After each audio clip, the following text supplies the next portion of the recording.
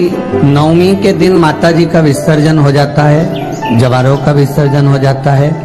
व्रत करने वाले कन्या पूजन भोजन भंडारा कराकर, सती कथा में कही थी कि नवरात्रे एकम से प्रारंभ नहीं होते, अमावस्या की रात्रि से प्रारंभ हो जाते, इसलिए उसको कहते हैं नवरात्रे। क्योंकि नवमी के दिन माता जी का विसर्जन हो जाता है, जवारों का विसर्जन हो जाता है। व्रत करने वाले कन्या पूजन भोजन भंडारा कराकर विराम दे देते।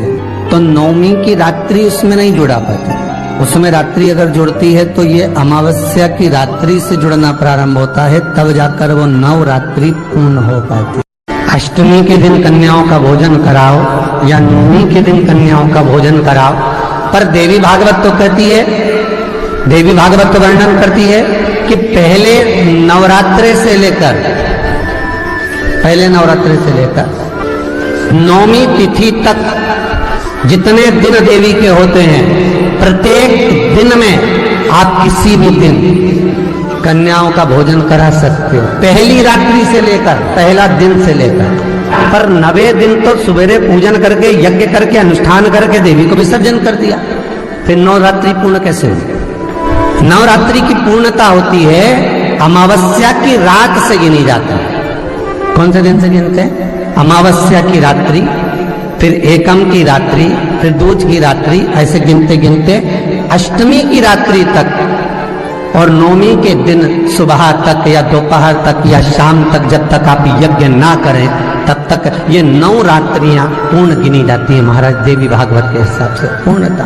अब हमने कन्या भोजन का जो क्रम बनाया, अष्टमी के दिन करा देंगे, नवमी के दिन करा देंगे, इस तिथि को करा देंगे, पर भाव देखिए, शास्त्र कहता है भूखे को भोजन जब कराइए जब उसको भूख लगी हो, और ऐसों को कराइए जिसको जरूरत पड़ रही है।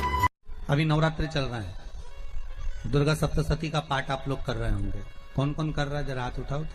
आप लोग कर रहे हैं, बहुत अच्छी बात है। अगर आप नहीं कर रहे होगे तो ब्राह्मण दुर्गा सप्तशती का पाठ कर रहे होंगे। उस दुर्गा सप्तशती के पाठ में एक एक जगह पर एक एक स्थान पर देवी का स्थान बताया है। आप लोग अगर सुने होंगे पढ़े होंगे तो उसमें बताया गया है, हे मैया मेरे इस अंग की रक्षा करो, हे भवानी मेरे इस अंग की रक्षा करो, हे माँ मेरे इस अंग की रक्षा करो, हे भवानी मेरे इस अंग की रक्षा करिए, हे माँ आप मेरे नैनों की रक्षा करिए, हे माँ आप मेरी श्रवण शक्ति की रक्षा करिए, हे माँ आप मेरी जिह्वा की रक्षा करिए, हे माँ आप मेरी जंघा की रक्षा करिए। आया कि नहीं आया?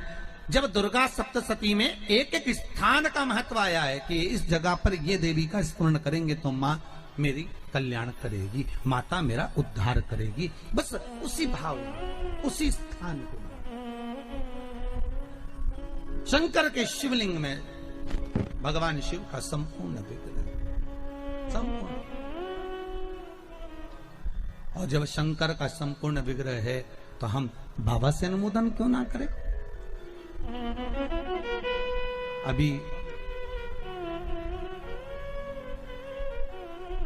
दुर्गापुर के पहले फुसरो में कथा थी, फुसरो झारखंड में।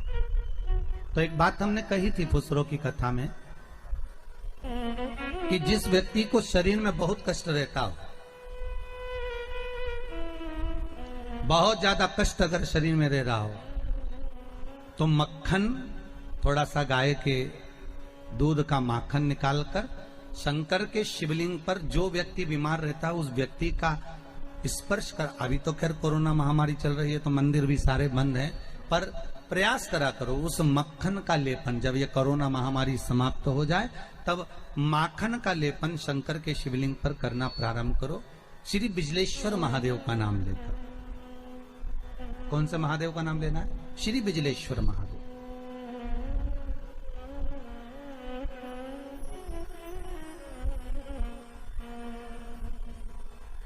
पूरी दुनिया में बिजलेश्वर महादेव एक ही जगह पर विराजमान है, हिमाचल में, मनाली के पास। पूरी दुनिया में शंकर जी का एक ही मंदिर है जहां पर बिजली गिरती है शिव जी के शिवलिंग पर और शिवलिंग के टुकड़े हो जाते हैं। फिर उस मनाली में एक परिवार ऐसा है जिसके पांव नहीं है, वो बिना पांव का व्यक्ति पूरे मनाली में से मक्खन मांगता दान में कि बाबा के शिवलिंग के टुकड़े हो गए। फिर वो चढ़ता चढ़ता ऊपर जाता है, धीरे धीरे घसीटता चलता हुआ जाकर बिजली महादेव का एक एक पत्थर उठा उठाकर, शंकर जी का शिलाखंड उठा उठाकर उसको मक्खन से जोड़ता जाता है, मक्खन से जोड़ता है। उसके बाद में फिर हाथी के पांव से भी तुड़वाओ, सूंड से भी तुड़वाओ तो वो शिवलिंग नहीं टूटता, मात्र मक्खन से ऐसा चिपक जाता है। वो बिजली महादेव है। शंकर की आराधना में ढोंग नहीं चाहिए, शंकर की आराधना में प्रपंच नहीं चाहिए। शंकर की हो गई गलती, कई बार शंकर की आराधना में गलती हो जाती है तो क्या शंकर रुष्ट होंगे? नहीं। शंकर अगर देख लेंगे कि 50 दिन अच्छा काम करा है इसने, एक दिन गलती भी कर दी तो बाबा स्वीकार कर लेगा। पर बाबा से बस मन आपका पवित्र होना चाहिए, इच्छा आपकी पवित्र होना चाहिए, आपके भीतर अहंकार, काम, लोभ, विषय, वासना, आसक्ति, तृष्णा, अहंकार नहीं होना चाहिए। भगवान उसको स्वीकार कर लेगा।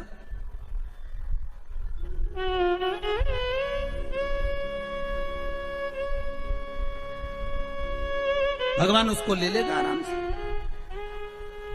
दिखावा ना करिए भगवान के सामने। मेरे शंभू को आप दुनिया के मंदिर में दिखावा करो चल जाएगा, पर शंकर को नहीं चाहिए। शंकर कहते मेरे मंदिर में आओ, एक लोटा पानी चढ़ाओ, बम बम बोलो, अपने घर जाओ। फालतू बैठने की जरूरत नहीं है, फालतू मेरा टाइम बर्बाद करना मत। सारे देवी देवताओं के मंदिर में बैठने की जगह होती, शंकर जी के मंदिर में बैठने की जगह नहीं होती। इतना पानी ढोल के जाते हैं कि साड़ी भी बचा के चलना पड़ती है। बैठने की तो जगह जाने दो। वहां शिव मंदिर में कहाँ बैठने की जगह होगी? चलो जाओ यहाँ से, काय को फालतू के बैठे हुए, टाइम बर्बाद कर रहे हो यहाँ पर, जाओ अपने अपने घर में।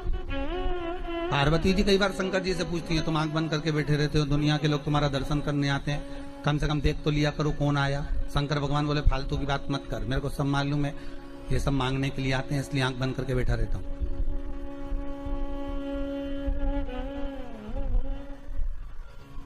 पार्वती जी बोली ऐसा कोई होता है क्या? शंकर भगवान बोले तेरी पड़ोसन क्या करके देख ले, रोज पड़ोसन क्या जाना, जीजी की जरा एक कटोरी घी दे दे, जीजी जरा तेरी चप्पल दे दे, जीजी तरह जरा सा मोबाइल दे दे, जीजी तरह थोड़ा सामान दे दे। रोज रोज मांगने जाओगे तो पड़ोसन भी दरवाजा बंद कर लेगी, तो मैं तो आंख ही बंद कर रहा हूं।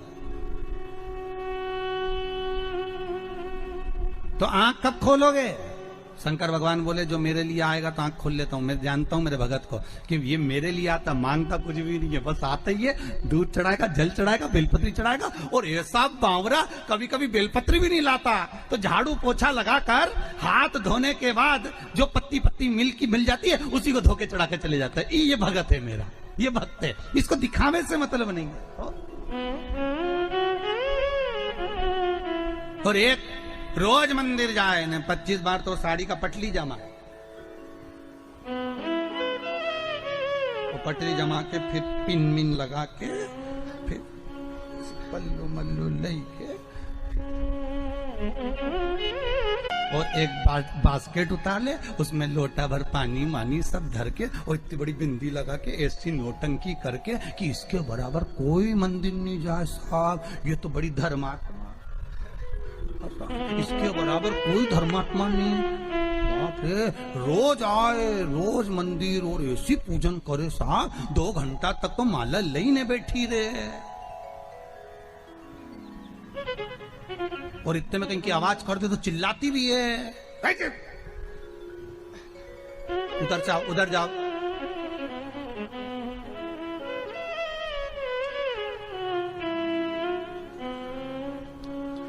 तो वो चिल्लाती भी है। तो अब बताओ वो चिल्लाने में लगी कि माला में लगी? अरे बोलो तो सही, चिल्लाने।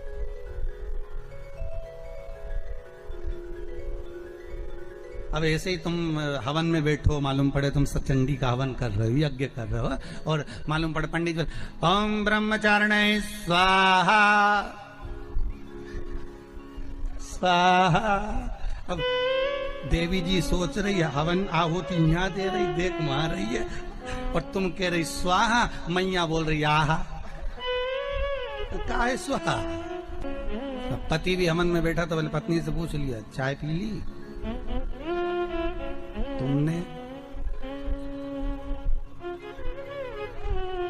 तो पूरा साज सजा के हो हमारे पाँव से ऐसा बैठे तो यहाँ तकिया फंसा है और सामान रखो करके स्वाहा स्वाहा।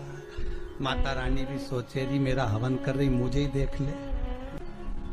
सुख वस्तु में नहीं मारा। फिर वही बात आ गई, भगवान को नहीं पसंद छल, भगवान को दिखावा नहीं पसंद।